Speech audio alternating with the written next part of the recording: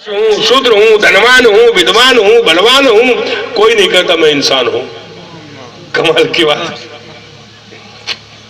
हालांकि ये जितने हमने नाम लिए हैं ना, ये जातियों के नाम बिल्कुल नहीं है, अच्छी तरह समझ लीजिए। इन शब्दों के मायने अलग अलग है। हीनम दूषयति हिंदू, हिंदू का मतलब क्या है? हीनम दूषयति हिंदू, जो हीन भावनाओं को दूषित समझ करके यानी खराब समझ करके त्याग दे, उसे हिंदू कहते हैं। ये हिंदू शब्द का मायने है और शास्त्रों में लिखा है, धर्म ग्रंथों में लिखा है। अपनी तरफ से कोई बात नहीं कर रहा हूं, शास्त्र जो बात कर रहा हूं बिल्कुल ऑथेंटिक है। हीनम दूषयति हिंदू, और हीन भावना क्या है? वो छोटा है, वो बड़ा है, उस जाति का, उस बिरादरी का, उस गोत्र का, उस खानदान का। अरे कमाल हो गया। परमात्मा कौन सी बिरादरी का है? कोई दुनिया का विद्वान बतला दे, पूरे विश्व को चैलेंज कर रहा हूं, बताओ कोई दुनिया में ऐसा विद्वान है कि परमात्मा बता दे कर हिंदू है, मुसलमान है, सिख है, ईसाई है, ब्राह्मण है, क्षत्रिय, वैश्य, शूद्र, उसका गोत्र क्या है? बतला दो। कितने विद्वान लोग बैठे यहीं पर, बता दो। है कोई किसी के पास प्रमाण? क्यों महाराज? अल्हम्दुलिल्लाह रब्बिल आलमीन, सारे आलम का एक ही रब है, only one. God is one, God is everywhere. परम पिता परमात्मा सब तेरी संतान रोज कहते हैं, तो हमको छोड़ करके, क्योंकि हमारी तो जाति बिरादरी है, गोत्र भी है। एक पिता एक असके हम बालक, एक ही बाप है हम सबका, हम सब उसके बच्चे हैं। तो अलग अलग जाति का हो जाएंगे क्या? चार बच्चे हो तो चार जाति का हो जाएंगे? बाप तो उसका एक ही है ना। ये जातियों के नाम नहीं है। शर्मा जी, यादव जी, पांडे जी, चौबे जी, खान साहब, अंसारी साहब, आहूजा साहब, कालरा साहब, खन्ना साहब, या कोई भी साहब हो, ये जातियों के नाम नहीं है। अच्छी तरह दिमाग में बिठा करके जाना। ये समाज ने देश काल और समय के मुताबिक, वातावरण के मुताबिक, सिर्फ उसकी पहचान के लिए, पुकारने के लिए नाम रखा है। जब हम पैदा हुए तो हमारा कोई नाम था क्या? बोलिए ना, नाम था किसी का? बेनाम पैदा हुए। जो घर वालों ने रामलाल रख दिए तो रामलाल हो गए, और श्यामलाल रख दे तो श्यामलाल हो गए। जो नाम रख दिया उसी नाम से मशहूर हो गए। क्यों? ठीक बात है कि नहीं? तो ये जाति में बदल जाएगा। ये वातावरण के मुताबिक, क्लाइमेट के मुताबिक ये नाम पड़े हैं। आप इंसान की बैकग्राउंड को पढ़ेंगे तो, प्री हिस्ट्री को पढ़ेंगे तो पता लगेगा ना। हम तो कहे दादा कहकर सरसों लाद में गेहूं को भाव तो मुकता जाए, हम तो सरसों ही लाद रहे हैं। अच्छा, मेरी बिरादरी तो बिल्कुल, महाराज गोत्र तो बिल्कुल नहीं मिलता, क्या करें, कैसे रिश्ता कर लें? अच्छा, आदमी से नहीं, आदमी का गोत्र नहीं मिलता तो गाय भैंस से मिला ली, शायद मिल जाए। कमाल की विडंबना है। और यकीन मानिए जो बात कर रहा हूं मैं, अगर ब्लू बुक पढ़ना है तो पढ़ के देख लीजिए। जितने भी यहां बैठे लोग, प्रबंधक लोग और साथ संगत भी, अच्छी तरह समझ लीजिए। बाबा जी ने ब्लू बुक में कहा है कि जो लोग अभी ज्ञान लेने के बाद जाति पाति के चक्कर में पड़े, उनकी मुक्ति नहीं होगी। एम आई राइट? 100% राइट। उनकी मुक्ति नहीं होगी। अरे मेरा गोत्र नहीं मिलता, मेरी जाति नहीं मिलती, उनकी मुक्ति होगी नहीं। ज्ञानवान है चाहे कोई भी हो, 50 साल तक ज्ञान, मुक्ति नहीं होगी। अब गुरु कह रहा है कि गुरु तो मोक्ष का दाता है, मोक्ष मूलम गुरु कृपा। गुरु चाहेगा तो मुक्ति मिलेगी, वरना नहीं होगी, क्योंकि तुम गुरु की बात को मानते नहीं, तो मुक्ति कैसे मिलेगी? ये समझ लीजिए ज्ञानवान महात्मा, अच्छी तरह समझ लीजिए। अगर अभी भी चक्कर में पड़े हैं तो समझ लीजिए मुक्ति पक्का नहीं होगा। 84 लाख जुर्म में जाने के लिए तैयार रहना, कोई बचाने वाला नहीं है। गुरु बेचारा क्या करे, जैसे सिक्कन में चूक। गुरु का कोई कसूर नहीं है, हमारा ही रास्ता गलत है। रोज सत्संग करते हैं, सिमरन करते हैं, सेवा करते हैं, लेकिन गुरु की बात को नहीं मानते। गुरु सिखा दी हो निशानी बचन गुरु दा पालन। जो गुरु कहे सुकार कमाओ, बस, दूसरी कोई बात ही नहीं करनी। No argument, no comments. इतनी बड़ी बात है, इसलिए सत्संग में आना जरूरी है।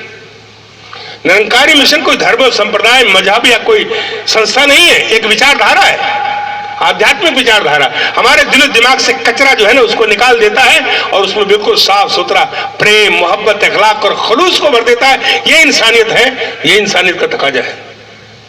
जो इंसान से प्यार नहीं करता वो परमात्मा से क्या खाक करेगा? क्या करेगा प्यार वो ईमान से? क्या करेगा प्यार वो भगवान से? जन्म लेकर गोद में इंसान के कर न पाया प्यार जो इंसान से। अल्लाह ताला ने इंसान को पैदा किया इंसान से प्यार करने के लिए, हम नफरत पैदा कर देते हैं। और यकीन मानिए हमारे बुजुर्गों का फरमान है और इस्लाम की रूह से कि जर्रा मात्र भी, कण मात्र भी, यही बात गीता में भी लिखी है, भगवान कृष्ण ने भी कहा कि कण मात्र भी, अगर किसी कण मात्र भी सुई की नोक जितनी जगह रखती है उतनी, अगर आपके दिल में किसी के प्रति वैर, विरोध, ईर्ष्या, घृणा, द्वेष की भावना पैदा नहीं, तो अगर 50 साल से भक्ति करते हैं, दैट इज खाक में मिल जाएगा, बस फिनिश हो जाएगा, खाक में मिल जाएगा, आपकी भक्ति समाप्त। 50 साल की कमाई 1 सेकंड में खाली। इतना अच्छा प्रभु दयाल तो ऐसा ही है। अरे ये तो गुरुदेव सिंह जी, बस समझिए कि 50 साल की भक्ति किया ना, सब फिनिश, खत्म। तभी तो कहा कि भाई छुरस्य धारा निस्ता दुरत्या दुर्गम पथस्ति कवयो बदंत। छुरे के धार के ऊपर चलने के समान दुस्तर, दुर्गम और कठिन मार्ग है वालो निक्की और खन्य दुखी भक्ति। इतनी खतरनाक है। हम सोचते हैं कि बहुत बड़े भगत हो गए, अभी तो शुरुआत ही नहीं, एबीसीडी गोली बनाना सीख रहे हैं। अभी तो हमारे दिलो दिमाग में इतना कचरा है, वही नहीं निकला है, तो भगत कैसे बन जाएंगे? और गुरु को ये पसंद नहीं है। मोहि कपट छल छिद्र न भावा और निर्मल मन जन सो मोहि पावा। जिसके हृदय में छल नहीं है, कपट नहीं है, दंभ नहीं है, मैं उसके हृदय में रहता हूं। मोहि कपट छल छिद्र न भावा, अच्छा भी नहीं रहता हूं, फूटी आंख भी नहीं देता उसकी तरफ। निर्मल, नीट एंड क्लीन, निर्मल मन जन सो मोहि पावा। अंदरों बाहरों एको जे है बिचो दोइनु जालन। वो जो अंदर है वही बाहर है। इसलिए सिर्फ यहीं तक नहीं, गलपनी दा पहरा दिन दे जो भी बोलन चालन हो। यहां दास महाराज आपका बच्चा है, बाहर निकलते ही बॉस, जानता नहीं तो मेरे को कितने साल से लगाऊं, समझो खत्म। उसको ज्ञान ही नहीं है, ज्ञानवान नहीं कह सकते उसको, जिसके भी इस तरह के 2 तरह के व्यवहार हैं, ज्ञानवान नहीं है।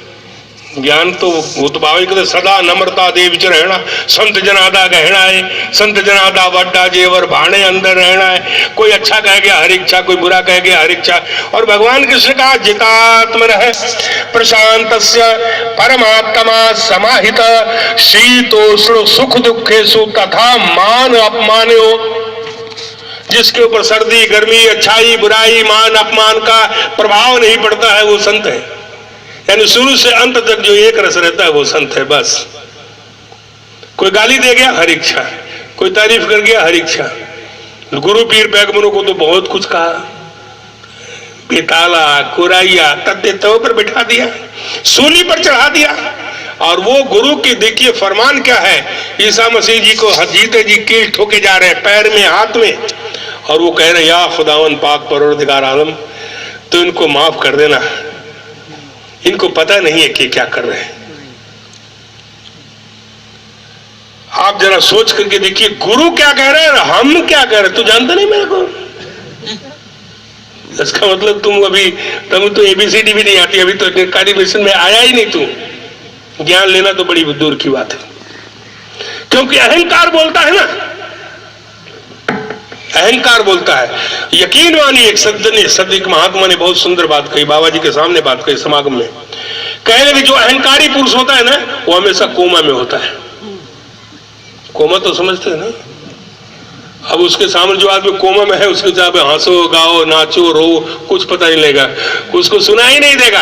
अहंकारी पुरुष भी सुनता नहीं है, उसको जो मर्जी कह लो, महाराज ने बिल्कुल ये गलत बात, जो मैं कह रहा हूं बिल्कुल ठीक, जो मैं कह रहा हूं बिल्कुल ठीक है, बाकी सब गलत। ये है अहंकारी पुरुष की निशानी। तो हमेशा कोमा में रहता है। और जो आदमी कोमा में हो जाए ना, मर्जरे बिस्तरे मर्ज पर पड़ा हो ना, जब तक वो पूरी तरह मरता नहीं है तब तक ना उसको जलाया जा सकता है ना दबाया जा सकता है। और जब तक उसको जलाया नहीं जाएगा, दबाया नहीं जाएगा, तब तक दूसरी जोड़ी में जाएगा ना। इसी तरह अहंकारी पुरुष होता है जो ना, जब तक वो अहंकार को पूरी तरह गुरु के चरणों में मारता नहीं है, मरता नहीं है, अहंकार को खत्म नहीं होता ना, तब तक वो गुरु की जोड़ी में जा नहीं सकता। इतनी बड़ी बात है। जब तक उसका अहंकार पूरी तरह मरता नहीं ना, तब तक वो गुरसिक की जोनी में जा नहीं सकता। क्योंकि बाबा जी कहते हैं कि गुरु सिखा दिए हो निशानी बचन गुरु दा पालन हो, सदा नम्रता दे विच रहना, संत जनादा गहना है। ये है। कृपा करो सत्संगत, बहुत कुछ हमें अभी सीखना बाकी है, गुरु से बहुत कुछ सीखना बाकी है। और जितना जितना हम सत्संग में आएंगे ना, उतना ही हमारे को कुछ न कुछ मिलेगा जरूर। कुछ यहां से ले करके जाए, उसके मुताबिक व्यवहारिक जीवन में उसको उतार लें। यकीन मानिए, आज सदगुरु माता जी की यही कहती है कि जहां बैठो गुरु की बात किया करो, निरंकार की बात करो, दूसरी कोई बात करनी ही नहीं। अब दूसरी कोई बात करेंगे ना तो योनियां बदल जाएंगी। वो बाकी बातें कल सुना दूंगा मैं, उसमें क्या है। ये किस किस जोनी में जा सकता है इंसान, अगर किसी की निंदा, चुगली, बुराई, इधर की बात उधर करेगा, अदगोई बदगोई, ये सारी बातें जो होती है ना, तो उसकी जोनियां बदल जाती हैं। और किस किस को जोनी में जाएगा, बड़ा खतरनाक जोनियां है। और क्या क्या बीमारी लग सकती है, वो भी बड़ी खतरनाक है, उसका इलाज ही नहीं है। अब मेरे पास तो है, प्रमाण शास्त्र में है, लेकिन अब टाइम नहीं है, इसलिए नहीं सुना सकता। हरि अनंत, हरि कथा अनंता, कहे सुने ही बहुविध सब संता। इसलिए विराम तो कहीं देना पड़ेगा, विचार चलती रहेगी। जो आपने सुना है वो विचार करते रहिए, लेकिन विराम तो देना पड़ेगा। बोलना बंद कर सकते हैं, लेकिन विचार चलती रहेगी। घर तक जाएंगे, सुन चलते रहेंगे। अगर ये बात आपको अच्छी लगी है तो गुरु की है, मेरी नहीं है। जो कुछ सुना है गुरु से सीखा है, वही आप तक सुना है। क्योंकि गुरु सिख तो सारी जिंदगी सीखता है। मैं तो सीखने के लिए आया हूँ आपके पास। इतनी बड़ी गैदरिंग, इतनी सारी संगत की जो हाजिरी है, इस बात का प्रमाण है कि आप गुरु के प्यारे भक्त हैं, अनन्य भक्त हैं। सारा काम छोड़ करके आए हैं, आराम छोड़ करके आए, काम छोड़ करके आए, गुरु से इश्क है तब आए हैं। वरना सत्संग 2 घड़ियां कोई करन नसीबा वाले। सत्संग में वही आता है, जो उसको सत्संग से प्रेम है वही आएगा। राम कथा के तेई अधिकारी, जिनको सत्संगत अति प्यारी। राम, प्रभु की कथा वही सुन सकता है, बात वही सुन सकता है जिसको सत्य प्रभु परमात्मा से इश्क हो। तो आप लोग आशिक हैं प्रभु के, इसलिए मैं आपका धन्यवाद, शुक्रिया अदा करता हूं, थैंक्स करता हूं। और आपके लिए दुआ करता हूं, सारे संसार के लिए दुआ करता हूं अपने समेत, कि सर्वे भवन्तु सुखिनः, सर्वे सन्तु निरामया, सर्वे भद्राणि पश्यन्तु, मा कश्चित् दुःखभाग् भवेत्। सबका भला करो भगवान, सबका सर्वदेव कल्याण। प्यार से बोलिए। कल का एक मैं आपको एक संदेश दे दूं। अगर आप कल कहां प्रोग्राम है जी? समाना में भी आप आएंगे, पटियाला में भी आएंगे, और भी कई जगह प्रोग्राम है। नाभा में भी है आपका? नाभा में भी है। तो आपको एक कहीं ना कहीं आपको जरूर एक बात सुनने को मिलेगी कि ये जो मनुष्य जन्म मिला है वो किसका मकसद क्या है। सिर्फ ज्ञान की बात नहीं कर रहा हूं, ये 5 तत्वों का जो पुतला मिला है उसका क्या मायने है, क्यों 5 तत्वों के भगवान ने लगाए, 10, 20, 30 क्यों नहीं लगाए। तो ये कहीं ना कहीं आपको बात जरूर सुनने को मिलेगी। 5 तत्वों का हमारे जीवन से क्या लंबा संबंध है, ज्ञान से इसका क्या संबंध है, और गुरु ने ये 5 तत्वों का शरीर क्यों बनाया। प्यार से बोलिए।